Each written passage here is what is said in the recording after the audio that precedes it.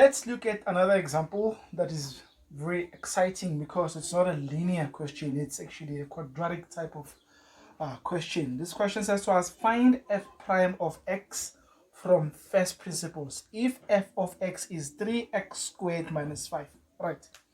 Now, this is just a mathematical way of asking you to find the derivative or find the gradient. This is actually the gradient at a point, or the derivative. So find the derivative from first principles if f of x is 3x squared minus 5. Right.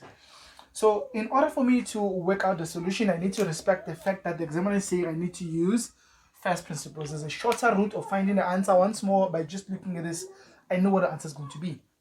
We'll learn that later. But for now, let's just learn how to work the solution using first principles. So what I'm going to do is, I'm going to first of all acknowledge the fact that for me to find the derivative from first principles, let me just do this. I'm going to use the formula for first principles that says the derivative that the examiner is asking for is always equal to the limit as h approaches 0 of f of x plus h minus f of x divided by h. This is the formula for finding the derivative from first principles. And then after that, I'm just going to acknowledge the fact that this is not complicated. It's just a matter of substituting to find the answer. I need to know what is f of x plus h, and I also need to know what is f of x. Good news, I was already given what f of x is. The part of f of x is coming with the question here. I know what that is, so I'm going to sub 3x squared minus 5 there where it says f of x. The only thing I must worry about is what is this f of x plus h that they're asking me as far as that formula is concerned. So I'm going to work it out on the side here to avoid confusing myself in all that I'm doing there. So I'm going to say, okay, if f of x happens to be 3x squared minus 5, what will be f of x plus h? What will be f of x plus h? Once more, this is not difficult. It just means keep everything the way it was given to you. There was a 3, I'm writing 3. There was x, I'm going to put something for that. There was a square, I still have a square. There was a minus 5, I still have minus 5. So everything comes back exactly as it was given to you. The only thing changing is your x changes from being x to being x plus h. So wherever I see x, I'm now going to replace that with x plus h. Now you are sitting with a binomial squared, and I hope people know how to square binomial. This basically means you've got 3 into x plus h and another x plus h minus 5, and then you just simplify that out. So this is going to be 3 into, you multiply yourself in here, this by this, this by that, this by this, this by that. You end up with x squared plus x times h is xh. Another x times h is another xh. So you're going to have 2 xh's in total, and then h times h is going to give you h squared. And then minus 5 is outside of that bracket. And then I'm going to now come in and multiply with that 3. I'll get 3x squared. And when I multiply in, I'm going to get 6xh. And when I multiply in, I'm going to get 3h squared minus 5 has been a loner. It will remain as a loner until the second coming.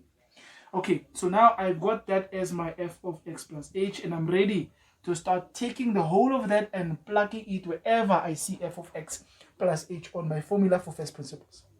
All right, so now this I'm going to say is equal to, let's just see, it's going to be equal to the limit as h approaches 0 of what is f of x plus h. So that is your f of x plus h, which I'm going to put in brackets. It's actually 3x squared plus 6xh, right, plus 3h squared minus 5, right, minus from the formula there, I'm going to put that. And then the f of x comes with a question all the time, and it happens to be 3x squared minus 5. Please make sure you always use brackets, because if you don't use brackets, you will not subtract correctly, and everything needs to be divided by h. Once I'm done doing that, I now need to remove the bracket. So this is going to multiply that, and this is also going to multiply your 5 there. So then you will end up with something that looks as the limit as h approaches 0. This limit comes after the equality sign. You need to keep writing it until you have replaced your h with 0. Okay, this becomes 3x squared plus 6xh plus 3h squared minus 5. This is just algebra. Minus 3x squared, and then minus and minus will give us plus 5, and everything needs to be divided by h. Like I said, when you get to this line, every part of f of x must disappear. This is where it will vanish. So let's see if these things are indeed disappearing. If any one of these guys survives, you made a mistake. Double check your work. So let's see what happens here. 3x squared here will subtract that 3x squared, because 3x squared minus 3x squared is 0.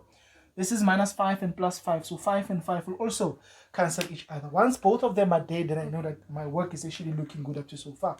So you will notice that we are left with the limit as h approaches 0 of 6xh plus 3h squared divided by h.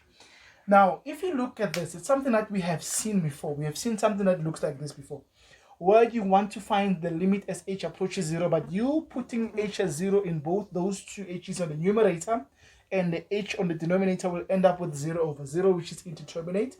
So the best thing to do here is to firstly engineer this by taking out h as a common factor. The idea is to make sure that before you replace h as 0, this h has disappeared. You need to find a way of getting rid of this.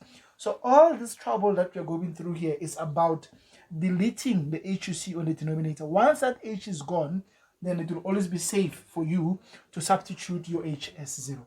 So I'm going to factor out h from this. I'm going to factor it out.